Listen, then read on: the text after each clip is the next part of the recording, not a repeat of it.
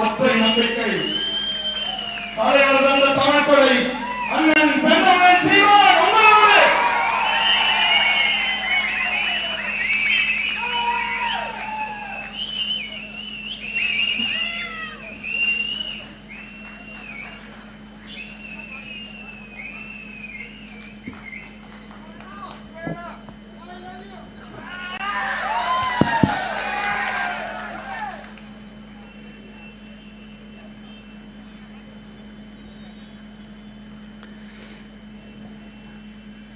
எங்களின் உயிரோடும் உணர்வோடும் கலந்து வாழுகின்ற அன்பு உறவுகள் அனைவருக்கும் வணக்கம்.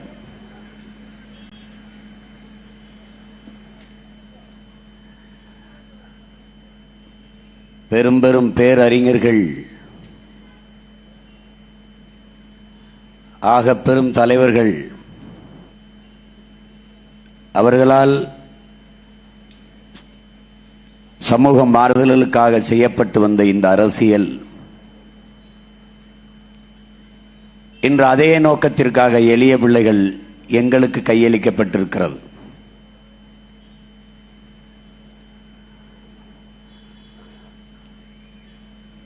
இங்கே அரசியல் என்பது வாழ்க ஒழிக என்று கோஷமிடுவது, தேர்தல் வரும்போதெல்லாம் 200, 300, 1000, 500 என்று காசை வாங்கி கொண்டு வரிசையில் நின்று வாக்கு செலுத்துவது, தனி மனித அபிமானங்களை தலைமையேற்று நிற்பது, சின்னங்களை பார்த்தே வாக்கு செலுத்துவது, இதுவெல்லாம் நீண்ட காலமாக இருந்த கட்டமைப்பு. புறையோடி போன பன்னெடுங்காலமாக ஏற்கப்பட்டிருக்கிற ஒரு மரபை தகிர்த்து புதிய ஒரு கட்டமைப்பை உருவாக்குவது என்பது எவ்வளவு பெரிய கடுமையான பணி என்பதை வரலாற்றை வாசித்து வந்த பெருமக்களுக்கு தெரியும். இங்கே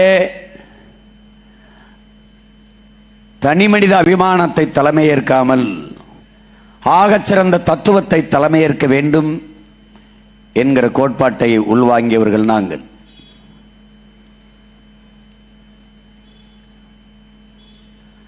அதைப் போலவே சின்னத்தை பார்த்து வாக்கு செலுத்துகிற முறையை விட்டுவிட்டு அவர்கள் முன்வைக்கிற எண்ணங்களை கணக்கில் எடுத்து அதற்கேற்ப வாக்கு செலுத்த வேண்டும் என்ற கருத்தியல் சிந்தனை கொண்டவர்கள் நாங்கள்.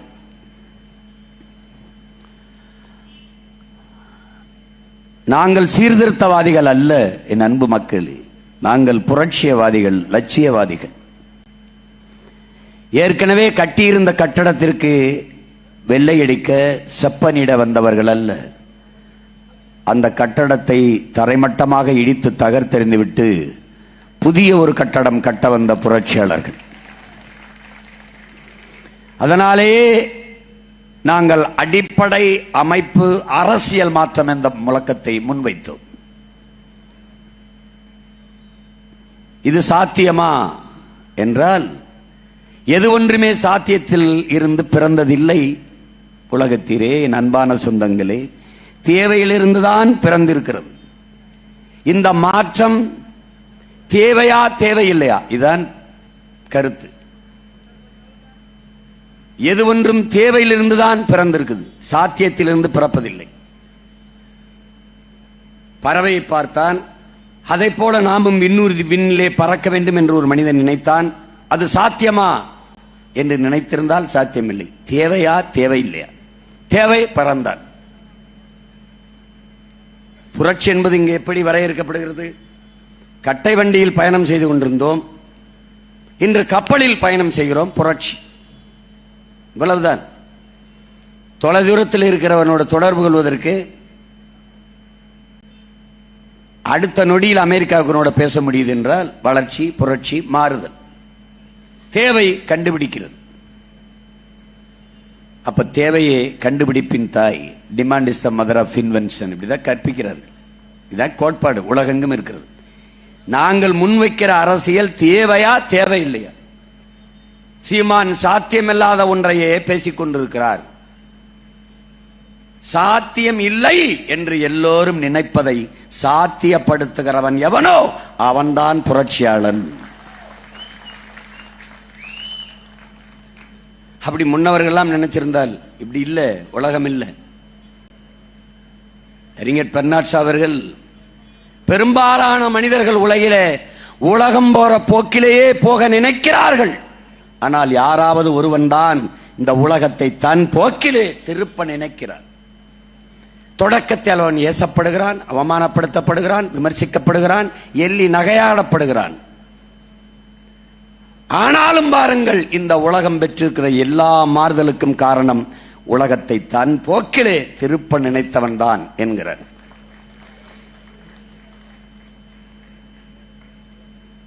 கனவுகளுக்கு பதிலாக அறிவியலையும், கண்ணீருக்கு பதிலாக புரட்சியையும் பூமியில் விதைத்த மாமேதை மார்க்ஸ் அப்படி நினைத்திருந்தால் மாறுதல் இல்லை. ஏங்கல்ஸ் இல்லை என்றால், சாக்ரட்டிஸ் இல்லை என்றால், பிளாட்டோ இல்லை, அரிஸ்டாட்டில் இல்லை. சாக்ரட்டிஸ் சொல்லுகிறான், தன் குறை காண்பவன் பிறர் குறை காண்பவன் அரை மனிதன், தன் குறை காண்பவன் முழு மனிதன் என்கிறார். இது சாக்ரட்டிஸின் சிந்தனை. சாக்ரட்டிஸுக்கு முன்பே எங்களுடைய பாட்டனார் வள்ளுவ பெருமகனார் தந்தருளிய மறைமொழியில் ஏதிலார் குற்றம் போல் தம் குற்றம் காண்கிற்கு பின் தீதுண்டோ மண்ணும் உயிருக்கு. பெரும் பெரும் அறிஞர்கள் பிறந்த நிலம், மேதைகள் பிறந்த இனம். ஆனால் வரலாறெங்கிலும் உரிமை பறிக்கப்பட்ட அடிமைப்படுத்தப்பட்ட இனங்கள் அரசியல் செய்து, கிளர்ச்சி செய்து, புரட்சி செய்து விடுதலை பெற்றிருக்கிறது. ஆனால் தமிழ் தேசிய மக்கள் அடிமையாக வாழ்வதையே அருமையான சுதந்திரம் என்று கருதி கொண்டு வாழ்ந்து கொண்டிருக்கிறார்கள். ஆனால் அம்பேத்கர் அவர்கள், ஒருவன் அடிமையாக இருக்கிறான் என்பதை உணர்த்திவிடு, பிறகு அவனே கிளர்ச்சி செய்து போராடுவான் என்கிறார். 13 ஆண்டுகளாக அந்த பணியைத்தான் நாம் தமிழர் பிள்ளைகள் தமிழர் நிலமெங்கும் செய்து கொண்டு வருகிறோம். கிளர்ச்சி வருகிறதா, எழுச்சி வருகிறதா, புரட்சி வருகிறதா? ஆம், வருகிறது. ஒரு சாதியை சொல்லி அரசியல் கட்சி தொடங்குவது எளிது, மதத்தை சொல்லி அரசியல் செய்து விடுவது எளிது. ஏன்? சாதி மத உணர்ச்சி எளிதில் பற்றிவிடும். மதம் ஒரு அபின் என்கிறான் மார்க்ஸ், அது இதயமற்றவர்களின் இதயம்ங்கிறான். அபின் நாக்களை தொட்டு வச்சன போதை ஏறிடும். ஐயா பெரியார் அவர்கள், கள்ளு சாராயம் குடித்தவனுக்கு கூட படுத்து உறங்கினால் போதை தெளிந்துவிடும், சாதி மத போதை ஏறினால் செத்தாலும் போகாது. சுடுகாட்டுல வரைக்கும் பொதகுழியில சமாதியில் எழுதி வைப்பான், ஆறுமுக நாடார், சுப்பிரமணிய கவுண்டர். செத்து நீ பொதகுழியில புதஞ்சாலும் சாதி விட தான் புதப்பான். அப்ப சாதி மத போதை ஏறினால் அது செத்தாலும் தெளியறதில்லடாங்கிறான். அந்த இறுக்கமான கட்டமைப்பை தகர்த்து, நீ நினைச்சு பாரு, படையாட்சியை நான் வேட்பாளராக போட்டால் ஆதி தமிழ் குடி பறையர் போட மாட்டான், பறையரை நிறுத்தினால் படையாட்சி போட மாட்டான். ஆனால் நான் நிறுத்தினால் 2 பேரும் போடுவான். காரணம், நாங்கள் தமிழர்கள் என்ற உணர்வு. இதுதான் அரசியல் பெருமாறுதல். இங்கே ஒரு நோய் இருக்கிறது. தமிழர் யார் வந்தாலும் என்ன சாதி, என்னாலுக தமிழர் யார் வந்தாலும் நம்ம மதமா, இஸ்லாமா, கிறிஸ்தவரா, இந்துவா, இதை பார்க்கிற ஒரு போக்கு. இந்துவை நிறுத்தினால் இஸ்லாமிய தமிழர் வாக்கு செலுத்த மாட்டார், கிறிஸ்தவரை நிறுத்தினார் இந்து தமிழர் இஸ்லாமிய தமிழர் வாக்கு செலுத்த மாட்டார், இஸ்லாமியரை நிறுத்தினால் இந்து தமிழர் வாக்கு செலுத்த மாட்டார். பிறகு இதில் எந்த தமிழர் எழுவார், வாழ்வார், உயர்வார்? வாய்ப்பில்லை. இங்க என்ன இருக்கு? எவ்வளவு பெரிய சாதியாக இருந்தாலும் சரி, அந்த சாதி சார்ந்த ஒரு தலைவன் நின்று இந்த நாட்டை ஆளுகிற உயரத்துக்கு வருவது என்பது சாத்தியம் இல்லை. தேவரை நிறுத்தி ஒரு தேவர் இந்த நாட்டை ஆள்வது இல்லை, படையாட்சியை நிறுத்தி இந்த நாட்டை ஆள்வது சாத்தியப்படலை, கவுண்டரை நிறுத்தி இந்த நாட்டை ஆள்வது சாத்தியப்படலை. அப்ப என்ன ஒரு சாத்தியம் இருக்கிறது, ஒரு வாய்ப்பு இருக்கிறது? எல்லோரும் சேர்ந்து ஒரு தமிழனை நிறுத்தினால் அந்த தமிழன் இந்த நாட்டை ஆள வாய்ப்பு இருக்கிறது. எம்ஜிஆர்ட்ட கேட்காத சாதி, அம்மையார் ஜெயலலிதா கேட்காத குடிப்பெயர் சாதி, ஐயா எடப்பாடி கிட்ட கேட்கிறான்னா தமிழன் தலைமை ஏற்கிறதுல இவன் தாங்க மாட்டான். அதான் பிரச்சனை. யார் வந்தாலும் அப்படியே தலைமை ஏற்பான். தமிழன் எவன் வந்தாலும் சாதி கேட்பான். இதான் இவனுக்கு பிடித்திருக்கிற உளவியல் நோய். இந்த சிக்காம இந்த சகதிகளை தப்பி 13 ஆண்டுகளாக ஓடி வந்த ஒரே மகன் நான் மட்டும்தான்.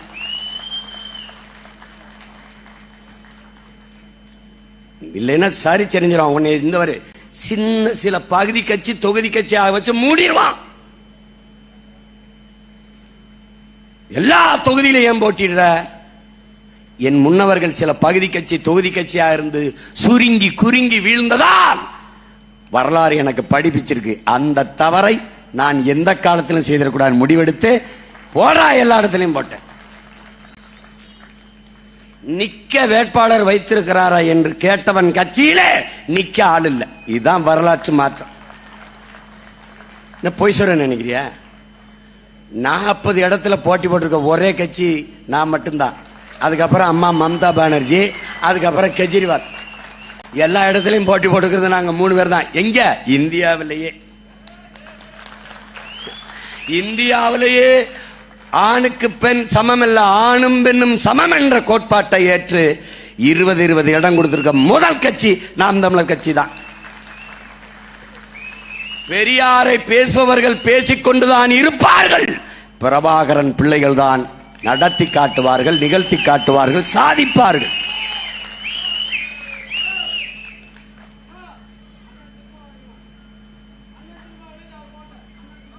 சரி சரி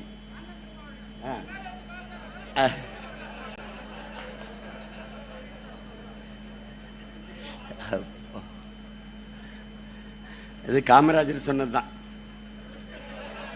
ஐயா அப்படி வந்துகிட்டு இருக்கும்போது மின்கம்பத்தில் ஒருத்தன் ஏறி நின்று காமராஜ் வாழ்கன்னு இருக்கான். இவரு இறங்கி வான்னு, நான் வாழ்வேன், நீ போய் சந்திரா வந்து இறங்கு அப்படின்னா. அது மாதிரி அவர் வாழ்கன்னு எங்க அண்ணன் மேல சொன்னாலும் உள்ள இருக்கிற ஐயா ஸ்டாலின் வாழ்த்துறாரு. அதான் அவங்க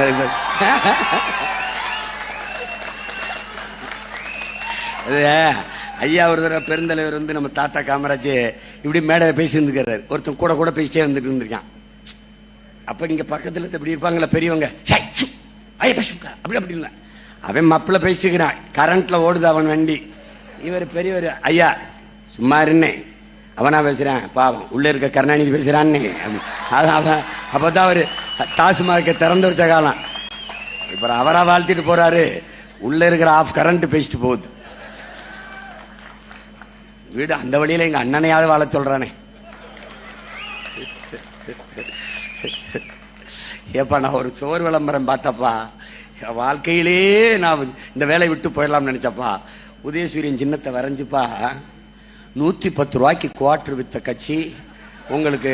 ஏய் சிரிக்காத உண்மையிலே எழுதி வச்சிருக்கான் சோகத்துல. 110 ரூபாய்க்கு ஒரு குவார்டர் கொடுத்த கட்சி, அதன் சின்னம் உதயசூரியன் எழுதி வச்சிருக்காங்க. என்ன இவங்க நீங்க சிரிக்கிற?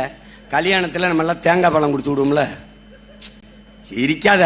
மண்டபத்து வாசல என்ன பண்ணுவ, ஒரு பையில தேங்காய் வாழைப்பழம் வெத்தலை தானே கொடுத்து விடுவோம். நம்பி நீ நம்புறியோ இல்லையோ வளைவெளியில் இருக்கு பாரு, ஒரு குவார்டர் உள்ள தள்ளி விட்டு இருக்குல்ல. எப்படி வந்திருக்கு பாத்தீங்களா? இவங்க பேசுறது எப்படி பேசுவாங்க தெரியும்? நம்மள நாங்கள் தான் படிக்க வச்சோம், கொண்டே வருவேன். படிக்க வைத்தான் என் தாத்தன் காமராஜ். இந்த மண்ணின் பிள்ளைகளை குடிக்க வைத்தவர்கள் நீங்கள். தெருவுக்கு 2 படிப்பகம் திறந்தால் அறிவார்ந்த சமூகமாக தமிழ் சமூகம் வந்திருக்கும். ஆனால் தெருவுக்கு 2 குடிப்பகத்தை திறந்து சிந்திக்கிற திறனற்ற, உடல் ஆற்றலற்ற குடி நோயாளிகளாக மாற்றி நிறுத்தியதால் திருப்பூர் முதலாளி சொல்றான், உங்கால வேலைக்கு சேர்த்தால் சிமான் 2 நாள் சம்பளம் நாங்க தினம் கூலி கொடுத்துருவோம். 500 வாங்கிட்டு போறான். 4 நாள் தொடர்ச்சியா வேலைக்கு வரான். அடுத்த 2-3 நாள் குடிச்சிட்டு படுத்துறான். நாங்க என்ன பண்றதுன்னு கேட்கிற. அப்படி இந்த கேள்வியில் இருக்கிற யதார்த்தத்தை, உண்மையை நம்ம புரிஞ்சுக்கணும். ஆனால் வடநாட்டவன் என்ன பண்றான்? வட இந்தியன் என்ன பண்றான்? கடுமையா உழைக்கிறான். சனி ஞாயிறு வீட்டில் இருக்கிறான். அந்த நேரம் அவன் குடிக்கிறான், குடிக்கல, அது பிரச்சனை இல்லை. வேலையை அவன் இழக்க செய்யறது, இழப்பு ஏற்படுத்துறது இல்லை. அதனால முதலாளி என்ன பண்ணுவான்? வேலை பாதிக்க கூடாது அப்படின்னு. நீ உழைப்பை விட்டு வெளியேறிட்டதுனால உழைப்பின் தேவை அப்படியே இருக்குது, அவன் நிறைவு செஞ்சிடறான். இன்னைக்கு அவன் கூலி, 5 ஆண்டுகளில் அவன் முதலாளி, நீ கூலி. இது வரலாறு எங்கும் கற்பித்திருக்கிற படிப்பினை. இதை கத்துக்க. நான் இந்த ஒரு ஓட நடக்க உடம்புல தெம்பு இருக்கும்போது என் அதிகாரத்தை கொடுத்துரு. சக்கர நாற்காலியில் வரும்போது எனக்கு தராத, அது ஒண்ணும் பண்ண முடியாது. புரியுதா? இத்தனை வருஷம் இல்லாம இன்னைக்கு கச்சத்தீவை பத்தி பேசுறாங்கன்னா யாரு காரணம் சொல்லு. உன் மனசாந்தி சொல்லு, உன் மனச்சான்றை தொட்டு சொல்லு. அப்புறம் அப்ப இன்னும் கொஞ்சம் மேல ஏத்தின்னு வச்சுக்க, எடுன்றுவேன். அந்த லாஜிக்கான ஒரு கேள்வி இருக்குல்ல தம்பி, காரண காரியங்களும் கழுத்தை பிடிக்கிறது இருக்குல்ல, இந்த கழுத்தை பிடிக்கிறது. இப்ப நம்ம கேட்கிறோம்ல, தாமரை சின்னம் தேசிய மலரை எதற்கு பிஜேபிக்கு சின்னமா கொடுத்தாய்? இப்ப யோசிக்கிறேன், ஆமா எதற்கு கொடுத்தாய்? கொடுத்துடக்கூடாதுல்ல. தேசிய மலரை எப்படிங்க ஒரு பொலிட்டிக்கல் பார்ட்டிக்கு கொடுப்பீங்க? அதுல எங்கால பக்திமான்கள், எங்க தாய் சரஸ்வதி இருந்ததை எப்படிங்க அவங்களுக்கு சின்னமா கொடுத்தீங்க? அண்ணன் இப்படி போடணும், அப்படிலாம் போடாத, நான் போட்டுக்கிறேன், நான் கேட்டுக்கிறேன். எப்படி என் தேசிய மலரை ஒரு கட்சிக்கு சின்னமாக்குனேன்? அது எடுத்துட்டு இல்லைன்னா அதை எடுக்க முடியாதுங்க, கஷ்டம்ங்க. அப்ப அவருக்கு அப்படியே வச்சுட்டு காலிஃபிளவரை தேசிய மலராக்கி விட்டுட்டு அப்படியே வச்சிரு. இப்போ பிஜேபி பார்ட்டிக்கு எப்படி நேஷனல் பிளவரை நீ சிம்பலா கொடுத்தியோ, அப்படி நேஷனல் அனிமல் எது? அதை எனக்கு கொடுத்து. இது ஜனநாயகத்தில் சம வாய்ப்பு, ஈக்குவலைஸ் ஆயிருது. நீ என்ன பண்ணி, அவருக்கு தாமரை, எனக்கு புலி. அவர் சரஸ்வதியோட கனெக்ட் ஆயிருவாரு, நான் ஹார்ட் டு ஹார்ட் நேரடியா புலியோட கனெக்ட் ஆயிருவேன். எனக்கு ஒரு பிரச்சனை கிடையாது. 2 பேர் தாட்டுக்கு ஒத்து போது பாருங்க. நீங்க சரஸ்வதி கிட்டே இருங்க, நான் என்னுடைய கோட்பாட்டோட நான் இணைஞ்சுக்கிறேன். That's all your honour. இப்ப வசமா சிக்கனே பாரு, ஒண்ணு நீ அதை எடுக்கணும், இல்ல புலி எனக்கு கொடுக்கணும். எப்படி போடுவேன் சண்டை? இதுதான். இப்படி எப்படி கச்சத்தீவை, எப்படி கச்சத்தீவை திருப்பி எடு. காரணம், என் பரம்பரை சொத்து, என் பாட்டன் சேதுபதி மன்னனுடைய சொத்து. மன்னன் மாடிய ஒழிப்பிலே அதை எடுத்துக்கொண்டு நீங்கள் யாரிடமும் விவாதிக்காமல் தான் தோன்றித்தனமாக எடுத்து என் இனத்தின் வரலாற்று பகைவன் சிங்களன் என் இனத்தை அழித்து ஒழித்து என் மொழியை சிதைத்து எங்களை 2ஆம் தர குடிமக்களாக எங்கள் தாய் நிலத்திலே எங்களை லட்சக்கணக்காக கொன்று குவித்து நாடற்றவர்களாக்கி அனாதைகளாக, அடிமைகளாக, ஏதிலைகளாக விரட்டி திரட்டிய என் சிங்களன் என் இனத்தின் வரலாற்று பகைவன். அவனுக்கு அப்புறம் ஏன் சொத்தை எடுத்து கொடுத்த? எப்படி கொடுத்த? ஒரே ஒரு கேள்விதான் உடன் பிறந்தவர்களே. எதுக்கு சீமான் நீ தமிழ்நாட்டு தமிழ் தேசியம் பேசுறவன் இந்திய பாராளுமன்றத்துக்கு போற? இதுக்குத்தான். எதுக்கு? என் இனத்தின் வரலாற்று பகைவன் சிங்களன் உனக்கு நண்பன் என்றால் நான் உனக்கு யார்? இதை கேட்கத்தான் 40 உறுப்பினரை கொண்டு வர. நீ என்ன பண்ணி வச்சிருக்க? எங்க அண்ணன் டெரரிஸ்ட், உனக்கு எங்க அண்ணன் பயங்கரவாதி உனக்கு. அப்ப குஜராத் கலவரத்தில் பல ஆயிரம் பேரை கொண்ட உங்களுக்கு என்ன பேரு? உங்களுக்கு என்ன பேரு? ராஜீவ் காந்தி கொண்டாரு, சரி எங்க அண்ணன் டெரரிஸ்ட். ராஜீவ் காந்தி 20,000 பேரை கொண்டாரு, அவருக்கு என்ன பேரு? International terrorist. அப்படி ஒண்ணா வைக்கலாமா? அப்படி வைக்கலாமா? கஷ்டமா இருக்குல்ல, கேட்க சங்கடமா இருக்குல்ல. அப்படிதான் எங்க அண்ணனை நீங்க டெரரிஸ்ட் சொல்லும்போது எனக்கு வலிக்கும், என் பிள்ளைகளுக்கு வலிக்கும், மான தமிழ் மக்கள் ஒவ்வொருத்தருக்கும் அப்படிதான் வலிச்சிருக்கும். அப்படிதான் வலிக்கும். எப்படி இருக்கு? என் அன்பு தம்பிதங்களே, அருமை பெற்றோர்களே, சிங்கள ராணுவம் என் தங்கையில அக்காக்களை வன்புணர்வு செய்து கொலை செய்ததை விட இந்திய ராணுவம் ஐபிகே பீஸ் கில்லிங் போர்ஸ், அது பீஸ் கீப்பிங் போர்ஸ் அல்ல, கொன்று குவித்தது ஏராளம் ஏராளம் ஏராளம். தாயை தந்தையை கட்டி வைத்து விட்டு மரத்திலே தந்தை தாய்க்கு முன்னாடி மகளை வன்புணர்வு செய்து உயிர் உறுப்புக்குள்ளே துப்பாக்கி செலுத்தி வெடிக்க வைத்தவன் இந்த ராணுவம். இந்த ராணுவத்தின் அனுப்பிய பெருந்தகை யாருன்னு உனக்கு தெரியும். பேசக்கூடாது, எவனும் பேசக்கூடாது. நான் கூண்டுக்குள்ள இருந்து கூவுற 7 நாள் சத்தம் கேட்கல. ஒரு நாள் கூரை மேல ஏறி கூவும் போது எவனும் காதை பொத்திக்கிட்டு நகர்ந்து போக முடியாது. விளையாட்டு கட்டுறது சும்மா. அந்த அவரு டெரரிஸ்ட் அவர் இது பண்ணிட்டு இப்படி பேசிட்டு இப்படியே வண்டி ஓட்டிட்டாங்க. கச்சத்தீவு நான் கேட்கிறேன், என் இனத்தின் வரலாற்று பகைவன் எனக்கு பகைவன், என் இனத்தின் வரலாற்று பகைவன் உனக்கு நண்பன் என்றால் நான் யார்? இந்த நாடு, அறிவார்ந்த தமிழ் சமூக தம்பி தங்கைகளே, இந்தியா இருந்ததில்லை, உருவாக்கப்பட்டது. பாரத நாடு பைந்தமிழர் நாடு. நல்லா கவனிச்சுக்கணும். இந்த நாடு உருவாக்கப்பட்டது. இந்த நாடு அடிமைப்பட்டு கிடக்கிற போது இந்த நிலப்பரப்பின் விடுதலைக்கு தூக்கிலே தொங்கி செக்கிழுத்து வதைபட்டு மிதிபட்டு ரத்தம் சிந்தி போராடி செத்தவன் தமிழன். மறுக்கிறதுக்கு இருக்க? பகத்சிங் தூக்கில தொங்கியிருக்கான், என் பாட்டெல்லாம் தூக்கில தொங்கியிருக்கான். RSS பிஜேபி தலைவர்ல ஒருத்தன் தூக்கில நான் காட்டுறான்.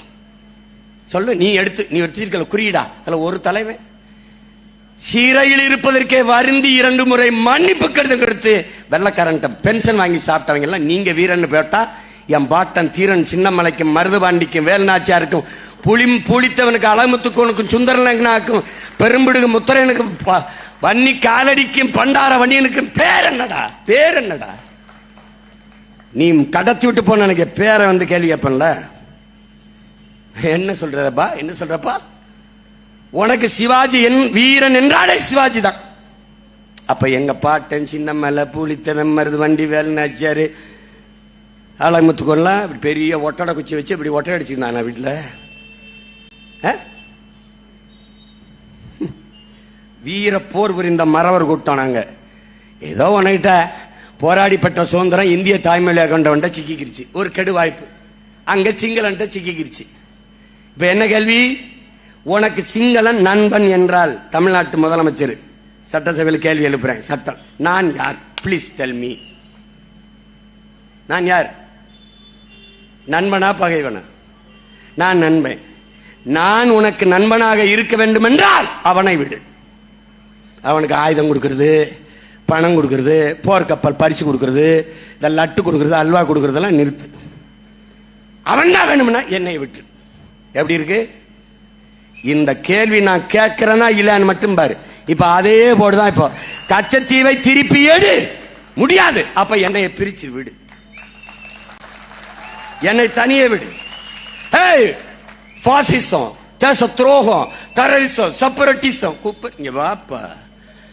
என் தாய் நிலத்தின் ஒரு பகுதி எடுத்து என் நாட்டோடு இணைத்து விடு என்று சொல்கிற நான் பிரிவினைவாதி, நான் செப்பரேட்டிஸ்ட்.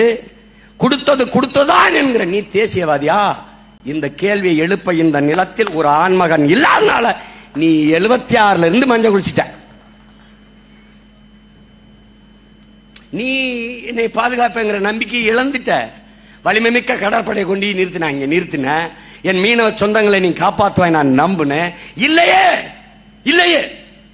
850 மீனவன் செத்துருக்கான் இலங்கை கடற்படையால் சுட்டுக் கொல்லப்பட்டு. இந்த நாட்டின் மீனவன் தாக்கி அழிக்கப்படும் போது தடுத்து காத்தது இந்திய ராணுவம் என்ற ஒரு பெட்டி செய்தி அதை நீங்க படித்ததுண்டா? என் உடன் பிறந்தார்களே, செத்து விழுந்த மீனவனை இந்திய மீனவன் என்றாவது செய்தி படித்ததுண்டா? அப்புறம் அந்த நாட்டு ராணுவம், அங்க கடற்படை ராணுவங்களை யாரிடம் இருந்து யாரை பாதுகாக்க? இந்த கேள்விக்கு பதில் சொல். இந்த கேள்விக்கு பதில் சொல்லு. யாரிடம் இருந்து யாரை பாதுகாக்க பாதுகாப்பு பணியை செய்து கொண்டிருக்குது? உன் நாட்டு குடிமகனை இன்னொரு நாட்டு ராணுவம் தாக்கி அழிக்குது, படகை பறிக்குது, அரசுடைமையாக்கி ஏலம் விடுது, வலையை கிரிக்குது. அப்பாவுக்கு முன்னாடி மகனை, மகனுக்கு முன்னாடி அப்பாவை நிர்வாணப்படுத்துது, தண்ணியை கொட்டி விட்டுருது. தண்ணின்னு கேட்டா பிடிச்சு வச்ச மீன்ல இருந்து சிந்திக்க கசிஞ்சு வர அழுக்கு மீன் ரத்தத்தை நக்கி குடியுங்குது. இதுல காட்சிப்படுத்தி பாரு எப்படி இருக்கணும். ஒரு கொலவெறி வரும்பாரு, அதையெல்லாம் பொறுத்துக்கிட்டு ஜனநாயக முறையில் அம்மா ஓட்டு போடுங்கம்மா, அம்மா ஒரு ப்ளீஸ் மேன் கட்டிக்கிட்டு இருக்கேன் பாரா, எங்களுக்கெல்லாம் கோயில் கட்டி கும்பிடும்டா. நீங்க ஆகப்பெரும் ஜனநாயகவாதியாக வாழ்கிறோம், அதுக்கே நீங்க எங்களை கொண்டாடணும். எனக்கு என் தலைவனுக்கு இருக்கிற பிரச்சனை என்ன தெரியுமில்ல? நீ பெரிய வீரனா இருந்த உன் தம்பி என்னை இந்த நிலத்துல கோலையா விட்டு போயிட்ட. எவன் என்ன செஞ்சாலும் சைத்துக்கிட்ட சிரிச்சுட்டு போண்டி கேடு கட்ட பொழப்பு.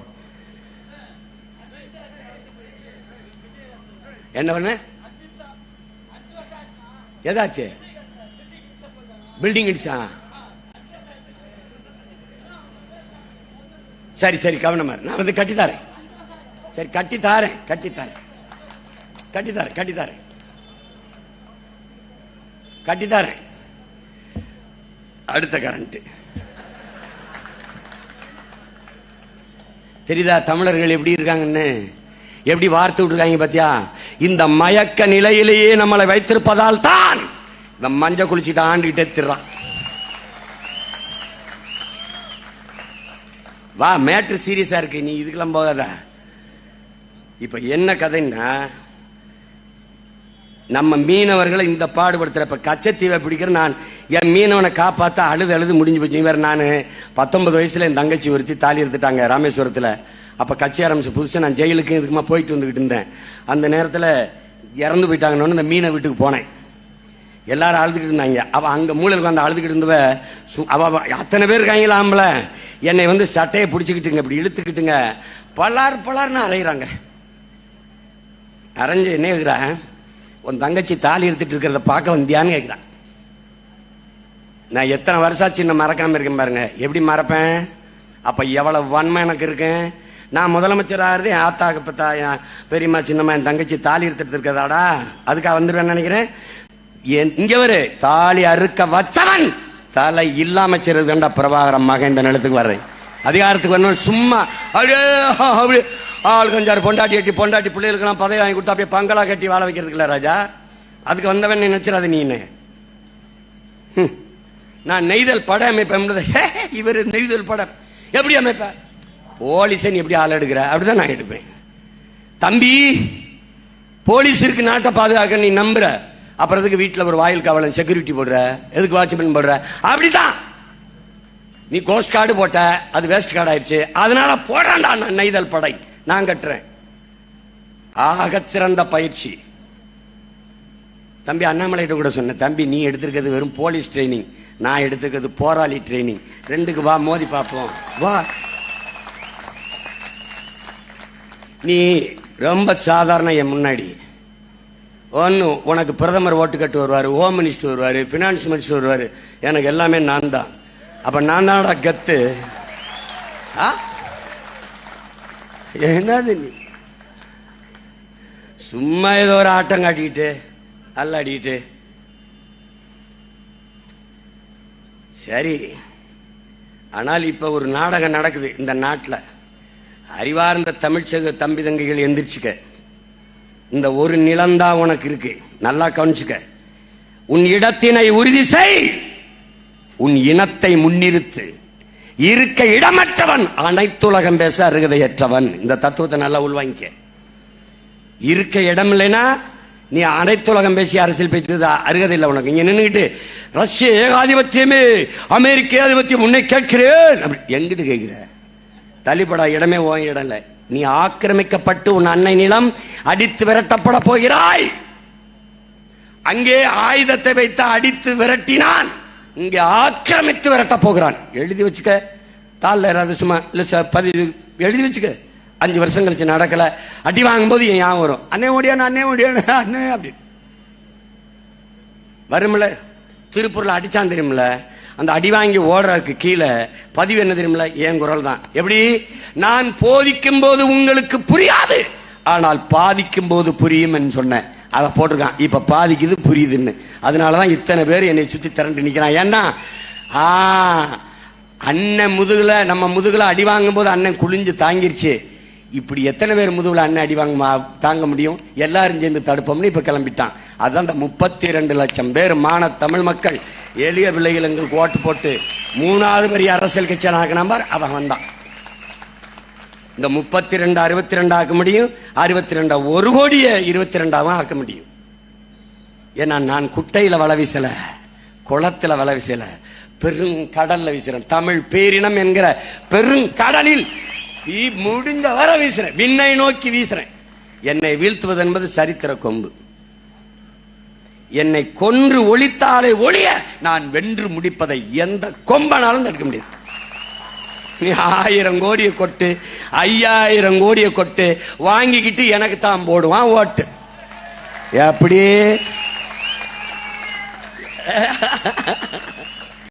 என் தம்பி சரவணன் பாடின பாட்டு மாதிரியே இருக்குன்னு நினைச்சு அவனா இட்டு கட்டி பாடிடுவான், அருமையா பாடிடுவான். ராத்திரி 12 மணிக்கு அண்ணன் இந்த பாட்டு அனுப்பியிருக்கேன் கேட்டு சொல்லுங்க அப்படிவா. எங்கள்லையும் வெறி கொண்ட மிருகங்களை நாங்களும் மாறி சாமம்பரா தூங்காம கட்டும் பாய்ச்சல் இருக்கும். குறுக்க எவனும் வந்துடாத கொதறி விட்டு போயிடுவோம். ஆமா, சும்மா உனக்கு ஈழத்து பாவேந்தன் புதுவை ரத்தினதுரை பாடிய பாடலை திரும்ப திரும்ப உனக்கு பதிவு செய்யணும் பாரு. என் அன்பான மக்களே, உங்கள் தாய் நிலத்தை பேரன்பு கொண்டு காதலியுங்கள். உங்களை பெற்ற தாயோ உங்களை 10 மாதம்தான் சுமந்தாள்.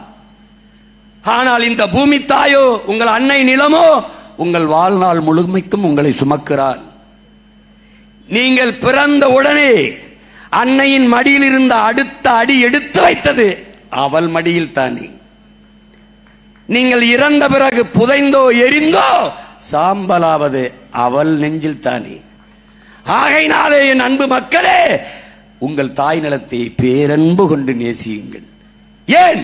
நிலத்தை இழந்தால் பலத்தை இழப்பீர்கள், பலத்தை இழந்தால் இனத்தை இழப்பீர்கள். ஆதலினாலே என்னரும் மக்களே, உங்கள் தாய் நிலத்தை பேரன்பு கொண்டு காதலிங்கள் முடிகிறான். இதை என்னரும் தம்பி தங்கைகள் ஆழ்ந்து கவனிச்சுக்கணும். எதுக்கு இவ்வளவு காத்துறேன்? இந்த ஒரு இடம் தாண்டா இருக்கு. தெற்காசியம் முழுமைக்கும் பறவை வாழ்ந்தவனடா நீ.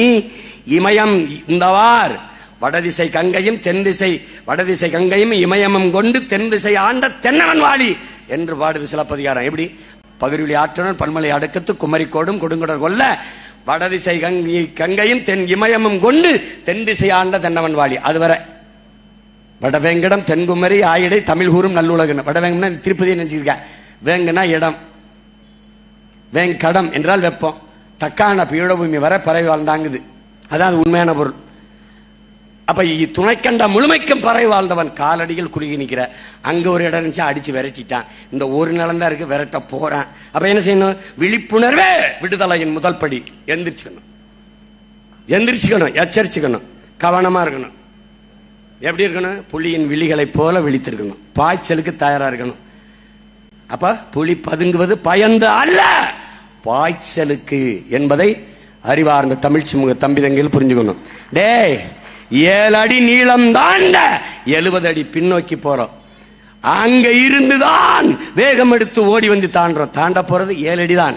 ஆனால் பின்னோக்கி போனது 70 அடி. 70 அடி பின்னோக்கி போவதாலேயே நாம் பயந்து போகிறோம், தோற்று போகிறோம் என்பது அர்த்தம் அல்ல. 7 அடி முன்னோக்கி பாயுறதுக்குத்தான். நல்லா புரிஞ்சுக்க. நீ ஒருத்தன் வாழ்க்கையை வெறுத்துருச்சு, சாகலான்னு முடிவெடுத்துட்டான். என்ன செய்யறது தெரியல.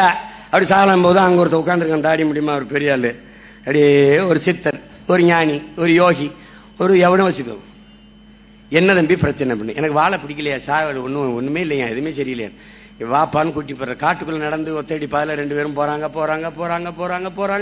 போனோன்னு அழகான காடுகள், மூங்கில் காடுகள், பூந்தோட்டங்கள், அப்படி சோலையா இருக்கு. அங்க ஒரு குடிசை. அங்க போய் உட்கார்ந்து பார்த்தோன்னா அந்த அப்படி அவ்வளவு அழகா இருக்கு. பறவைகள், அது சிட்டு கிட்டு பூச்சிகள் வண்டுகள் எல்லாம் போய் அழகா பாட்டு செஞ்சுட்டு இருக்கும்போது பார்க்கும்போது இந்த பூக்கள் அப்படி ரொம்ப அழகா இருக்குது, ரொம்ப அழகா இருக்குது, ரொம்ப அழகா இருக்குது. இந்த மூங்கில் அதுவும் ரொம்ப அழகா இருக்குது அப்படின்னு அவர் சொல்றாரு. இது ரெண்டையுமே, மூங்கிலையும் பூ செடியுமே ஒன்னாதான் விதை போட்டு வளர்த்தேன். பூச்செடிகள் வேகமாக வளர்ந்து பூத்துட்டது, பார்க்க அழகா இருக்கு. இந்த மூங்கில் பாருங்க, முதல் நாள் தண்ணி ஊத்தினேன், 2 நாள் தண்ணி ஊத்தினேன், 3 நாள் தண்ணி ஊத்தினேன், 4 நாள் தண்ணி ஊத்தினேன், 1 வாரம் தண்ணி ஊத்தினேன், 2 வாரம் தண்ணி ஊத்தினேன், 6 வாரங்களுக்கு மேலாக தண்ணி ஊத்தினேன், முளைக்கவே இல்லை. கடைசியா 60வது நாள்ல லேசா ஒரு மஞ்சள் குறுத்து விட்டு சூரிய ஒளியை பார்க்க ஒருத்த வழியில வந்தாங்க. இவங்க எல்லாம் படபட 6 அடிக்கு மேலே விண்ணை, 60 அடி 70 அடிக்கு மேலே விண்ணை உரசுகிற உயரத்திற்கு வேகமாக வளர்ந்து விட்டார்கள். அப்ப அந்த சொல்றான், பூ படக்குன்னு முளைச்சிருச்சு, வளர்ந்துருச்சு, ஆனா மூங்கில் அப்படி முளைக்கல. ஏன் இவ்வளவு தாமதம் முளைக்குது?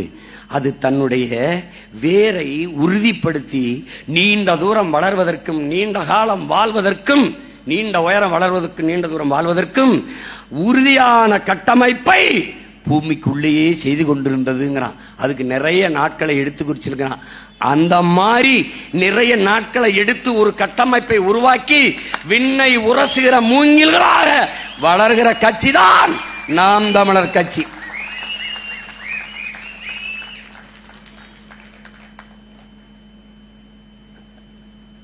எளிதா வீழ்த்திடலாம், அப்படி இது பண்ணிடலாம்.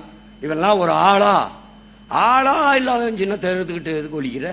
ஆளா இல்லை, இவெல்லாம் ஒரு ஆள் இல்லை அப்படின்னா கேட்குற இடத்துல கூட்டம் போட அனுமதி கொடுக்க வேண்டியது.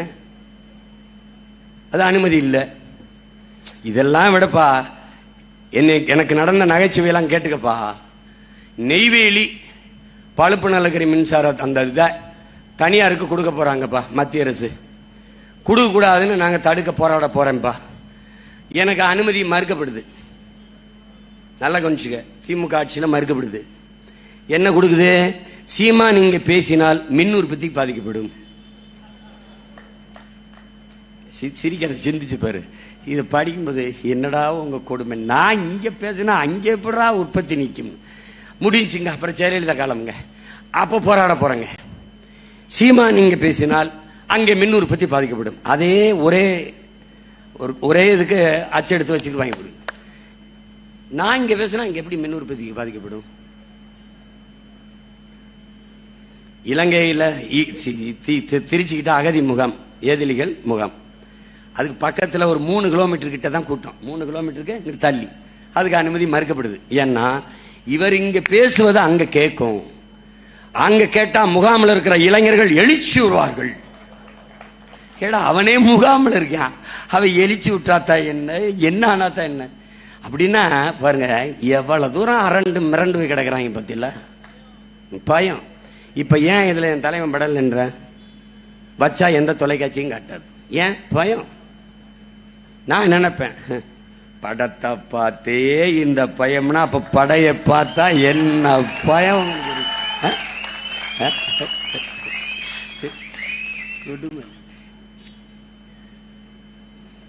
நீ அப்படி மடக்கியும் ஒடுக்கியும் வைக்கிறதுக்கு நான் கொடை இல்லை, புலிப்படை என்பதை புரிஞ்சுக்கிட்டு நீ என் ஆட்டம் காட்டணும். இதெல்லாம் ஒன்றும் கிடையாது. நீ யார்கிட்டயோ ஓட்டு கேட்கிற, நான் என் ஆத்தால பண்ணுற ஓட்டு கேட்கிறேன்.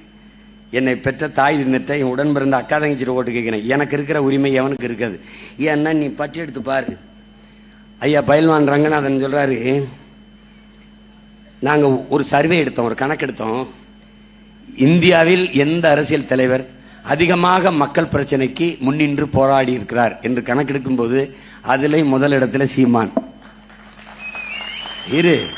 இந்தியாவில் எந்த அரசியல் தலைவன் அதிகமாக ஊடகத்தை சந்தித்து பேசியிருக்கிறார், அதிலேயும் சீமான்.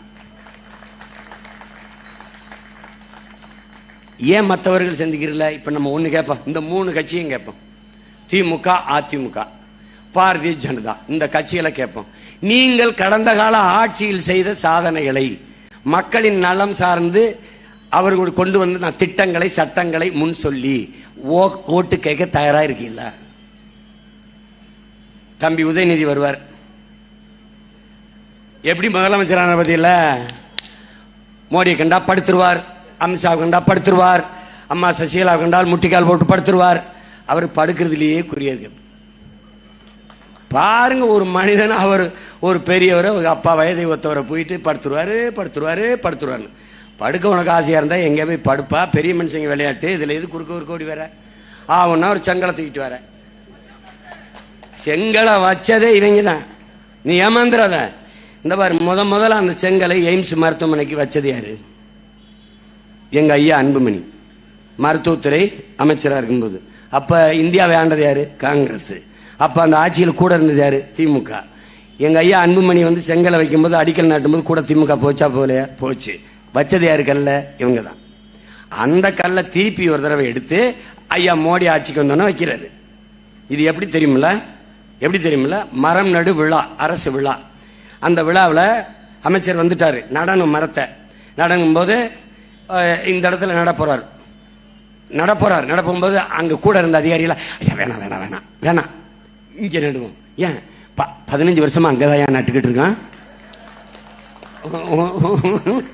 உங்களுக்கு புரியுதா? ஏன்னா அதே இடத்துல நடுவாங்க. அது வளருதா வளரலையா? நம்ம ஆளுக்கு எப்படின்னு பாரு. அம்மையார் ஜெயலலிதா 69 பிறந்த நாளைக்கு 69 லட்சம் மரக்கண்டுகளை நடுவது அப்படின்னு ஒரு கண்டு நடல. முழு பக்கத்தால மரமா போட்டு 69 லட்சம் மரம்னு போட்டு தாள்ல நடுவாங்க, தரையில நடமாட்டாங்க. புரியுதா? இதுதான் இவங்க கோட்பாடு, கொள்கைகள், இவங்க நிர்வாக முறை. அந்த மாதிரி அந்த நட்ட கல்லு தான் அது. அதை தூக்கிட்டே திரா அப்படி பாருங்க. முட்டி போட்டார் தவழ்ந்து வந்தார், இப்படி பதவியை வாங்கினார். முட்டி போட்டால் தவழ்ந்து வந்தார். உங்க தாத்தா மட்டும் என்ன போட்டார்? முட்டையா போட்டார். அவர் என்ன பண்ணார்? பேரறிஞர் அண்ணா என்கிற பெருந்தகை உருவாக்கிய கட்சி. அவருக்கு கோட்பாடு, கொள்கை இருந்து ஒரு கெடுவாய்ப்பு தமிழ் பேரினத்திற்கு. இவர்களைப் போல 10 ஆண்டு 15 ஆண்டு ஆளுகிற வாய்ப்பு அந்த மகனுக்கு இருந்திருந்தால் இந்த நாடு எவ்வளவோ உயரத்திற்கு வளர்ந்திருக்கும். ஒரு கெடுவாய்ப்பா அவ்வளவு கஷ்டப்பட்டு 49 தொடங்கி 67 ஆட்சியை பிடிச்சு 1.5 ஆண்டுகளை இறந்து போயிட்டது. அதுக்கப்புறம் ஒரு கொடுந்துயரம். ஐயா பேரறிஞர் அண்ணாதுரை அவர்கள் ஆட்சியில ஒரே ஒரு அமைச்சர் மேல ஊழல் குற்றச்சாட்டு வருது, பொதுப்பணித்துறை அமைச்சர் மேல. யாராருக்கும் நீ நினைக்கிற? இது சேம் பிளட். அண்ணா இறந்துட்டாரு, யார் மேல ஊழல் குற்றச்சாட்டு வந்ததோ அவர் கையிலேயே நாடும் அதிகாரம் போயிடுச்சு, நாடு நாசமா போயிடுச்சு. That's all your honour. இவ்வளவுதான் நடந்தது டாக்டர். இவ்வளவுதான். இது என்ன பண்ணுவ நீ? கொடுமது. அண்ணா வரைக்கும் சரியா இருந்தது. மதுவை விற்று வருகிற காசு குஷ்டரோகி கையில் இருக்கிற வெண்ணைக்கு சமம் என்று தூக்கி போட்டவர் பேரறிஞர் அண்ணா. இன்னைக்கு குஷ்டரோகி கையில் இருக்க வெண்ணையை விழுந்து விழுந்து நக்கிக் கொண்டிருப்பவர்கள் அந்த பெருமகனார் பேரை சொல்லி ஆட்சி செய்கிறவர்கள் தான். கொடுமை. ஒரு அமைச்சர், நிதியமைச்சர் படிக்கிறாருங்க சட்டசபையில், 45,000 கோடிக்கு விற்கிற டாஸ்மார்க்கை 50,000 கோடியாக உயர்த்துவதற்கு நாங்கள் திட்டங்கள் தீட்டியுள்ளோம் அப்படின்னு. எப்படி? 40,000 பேரை தாலி எடுத்திருக்கோம், அதான் 50,000 பேரை ஆக்குறதுக்கே முயற்சிக்கிறோம். என்ன பொருளாதார மேதைகள் வல்லுநர்கள் கூடிய திட்டம்? பாலின் சந்தை மதிப்பு 9 லட்சம் கோடி. வாங்க ஓடி ஆவின் பால் விற்கிறாய். எங்க பதில் எங்க? எத்தனை முறை கேட்கிறேன். மாட்டு பால் விற்கிற அரசு மாடங்க மாடங்க. ஒரு காலம் வரும், நான் மாடு வளர்ப்பேன், அரசு பணி. ஆடு வளர்ப்பேன், அரசு பணி. மீன் பிடிப்பேன், நானே பிடிப்பேன். என்னை எவன் தொடரான்னு பாக்குறேன் சிங்களன். நான் மீன்பிடி அந்த வேலையை அரசு பணியா மாற்றி என் மக்களுக்கு நானே படகு நான் வாங்கி கொடுப்பேன். 1 கோடியா, இந்த இது 2 கோடி வருதா, 3 கோடியா, போ மீனை பிடிச்சி. நீ என்ன சம்பளத்தை வாங்கிக்கலாம், இன்னும் என்ன வேணும், போ நீ போ. மீன் பிடிக்கிற சந்தை வாழ்விடத்துல கட்டி கொடுப்பேன். இந்த மாதிரி தூக்கி அங்க கொண்டு போ, இங்க போ, சீட்டின் கொண்டே வருவேன். ஏன்? என் 4வது தாய்க்குடி பரதவர்கள். நீ மீன் பிடிக்கிறனால காரண பெயர் மீனவங்கிற, அவன் குடிப்பெயர் பரதவன். ஆதி குடி நான் குறவன், 2வது குடி நான் கோன், 3வது குடி நான் வேளாளர், 4வது குடி பரதவர். இதான் என் தாய்க்குடி. இதுல இருந்தான்டா உலகம். போய் கேட்டு பார்த்துக்க, ஆய்வு செஞ்சு பார்த்துக்க. எல்லா பயிலும் எங்க இருந்து வந்தவன் தான். நான் வேளாண்மை எப்படி அரசு பணியா மாற்றுவனோ அப்படி மீன்பிடித்தலே அரசு பணியா மாற்றிடுவேன். நானே மருதம் அங்காடி, குறிஞ்சி அங்காடி, நெய்தல் அங்காடின்னு போட்டு கடையை போட்டு நானே விற்பேன். படித்தவர்களுக்கு வேலை. நீ இந்த ஸ்மார்ட்டோ ஸ்விக்கி இதெல்லாம் போடுறீல, அது மாதிரி. தம்பி சொல்லுங்கம்மா, வணக்கம், நெய்தல் அங்காடி.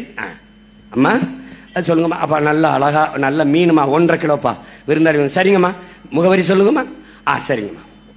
வெட்டி அழகா அப்படி எங்கால் போட்டு அழகா கொண்டு கொடுத்துட்டு வந்துருவான். யாருவேன்? Government employee.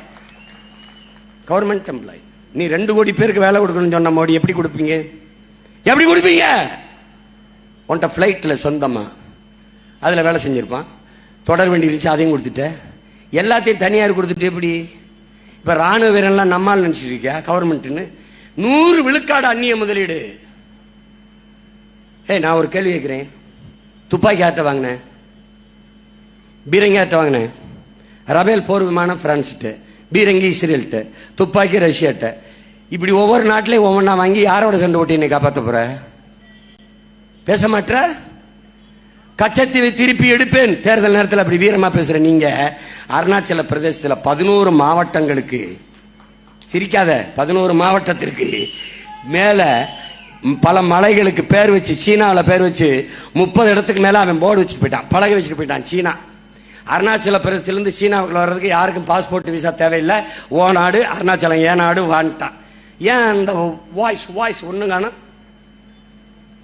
ஏன் அமைதியா இருக்கிய? ஆசாத் காஷ்மீரை மீட்போம், பாகிஸ்தான் ஆக்கிரமிப்பு காஷ்மீரை மீட்போம், கச்சத்தீவை மீட்போம், அருணாச்சல பிரதேசம். ஒரு தடவை சொல்லுங்களேன், ஏன்? உண்மையிலே ராணுவம் வச்சிருக்காங்க. நீ ஆள் இப்படி யோசிச்சு பாரு. இந்திய ராணுவ வீரன் எல்லையில் கழுத்தறுத்து கொலை செய்தி வந்ததில்ல? அப்ப அம்மா சுஷ்மா சிவராஜ் பாதுகாப்புத்துறை அமைச்சர். கழுத்தறுத்து எப்படி கொண்ட? எங்கால கையில தான் துப்பாக்கி இருக்கும்ல, ஏன் சுடல? துப்பாக்கி இருந்தது, ஒரு பெட்டி இருந்தது, அதுல தோட்டா இல்ல. அவன் அது எதிரி வந்தான், எதிர்வினை தாக்குதல் இல்லாம சும்மா நின்று துப்பாக்கி வச்சு எதுக்கடா ஒரு தோட்டா வீணாக்கணும் கத்தி வச்சு கழுத்தறுத்து போட்டு போயிட்டான். எவனாவது மறுத்துறா, இப்படியே நான் இறங்கி அரணியூருக்கு போயிடுறேன் சொல்லிருப்பா. யதார்த்தத்தை புரிஞ்சுக்க, இதுதான் உண்மை. இந்த நாட்டை காக்கணும், நாட்டு மக்களை பாதுகாக்க நமக்கு இருக்கிற ஒரே வாய்ப்பு நாமளே வலிமை மிக்க அரசியலா மாறிடணும். மாசத்தும் சொல்றாமார், மக்களுக்கென்று ஒரு படை இல்லை என்றால் மக்களுக்கென்று எதுவும் இல்லைன்றான். அப்ப மக்களுக்கான படையாக நீ மாறு. கருவி ஏந்தாத கருத்தியல் புரட்சி படை, ஆயுதம் ஏந்தாத அறிவாயுதம் ஏந்திய படை, சீருடை அணியாது துப்பாக்கி தூக்காத மக்கள் ராணுவமாக தமிழ் தேசிய மக்கள் மாறணும். இல்லைன்னா முடிஞ்சிடும். 1.5 கோடி இந்தியன், மறுபடி பிஜேபி என்றால் 1.5 கோடி இந்தியன், 3 கோடி. நாங்கள் வன்னியர் பெரிய சாதி, கவுண்டர் பெரிய சாதி, தேவர் பெரிய சாதினா அவன் தூக்கி போட்டு ஒரே மீதியா மீச்சு போயிட்டே இருப்பான். 3 கோடி பேர் வந்து விட்டால் அவன் இடத்திலே அவனுக்கு வாழ்க்கையை கொடு, வாழ இடம் கொடு, அவனுக்கு வேலை கொடு. ஆனால் வாக்குரிமை கொடுத்தாய், அரசியல் அவன்கிட்ட போகும், அதிகாரம் அவன்கிட்ட போகும், நீ நிலமற்ற அடிமையாவாய், அடித்து விரட்டப்படுவாய். இது நடக்கும். உலகங்கள் இதான் நடந்திருக்கு, ஈழத்துல நமக்கு நடந்திருக்கு, நாளைக்கு இங்க நடக்கும். எச்சரிச்சுக்க. இவ்வளவுதான் என்னால சொல்ல முடியும். என் மேல நம்பிக்கை இருந்தா எனக்கு ஓட்டு போடு, இல்லைன்னா என்னை விட்டு. நான் வந்து இந்த ஊர் எல்லையில நின்று ஐயனார் மாதிரி பெரிய அருவாளோட நின்று என் மண்ணை மக்களை பாதுகாப்பேன் என்கிற நம்பிக்கை இருந்தால் என் தலைவன் பிரபாகரன் இருக்கிற வரை சீனா உள்ள வந்தானா? யாராவது சொல்லு, வந்தானா இலங்கைக்குள்ள? அப்போ என் மீனவனை தொட்டானா சிங்களன்? இல்ல. அப்போ எல்லை சாமி மாதிரி இருந்து காத்தவன்டா என் தலைவன் பிரபாகரன்.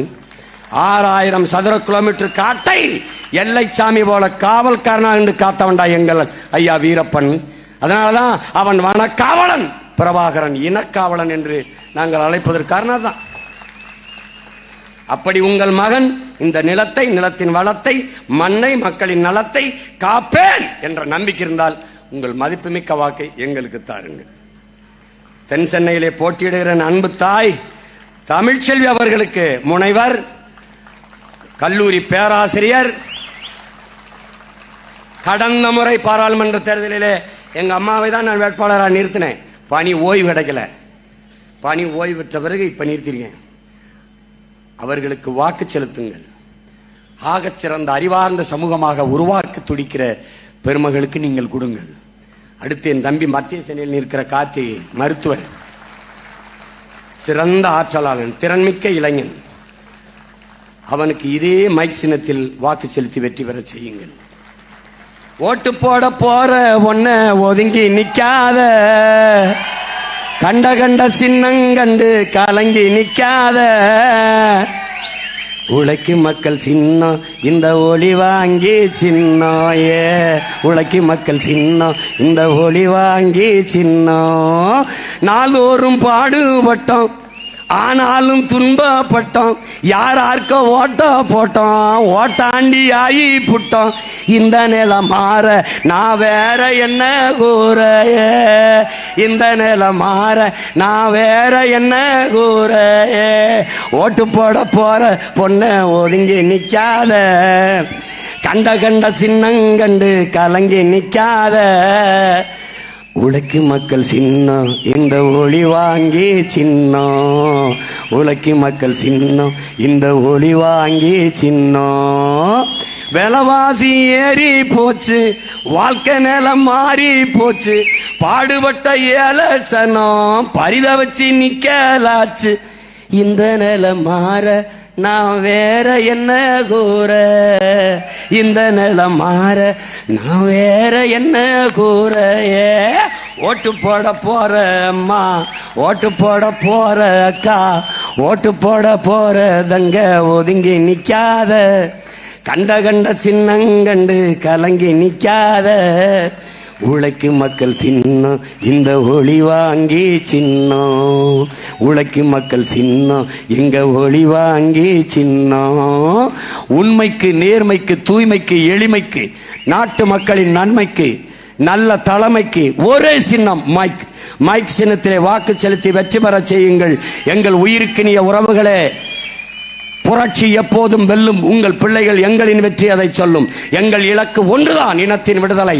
இனம் ஒன்றாவோம், இலக்கை வென்றாவோம். தமிழ் தாய் வாழ்க, தலைவர் பிரபாகரன் வாழ்க, நாம் தமிழர்.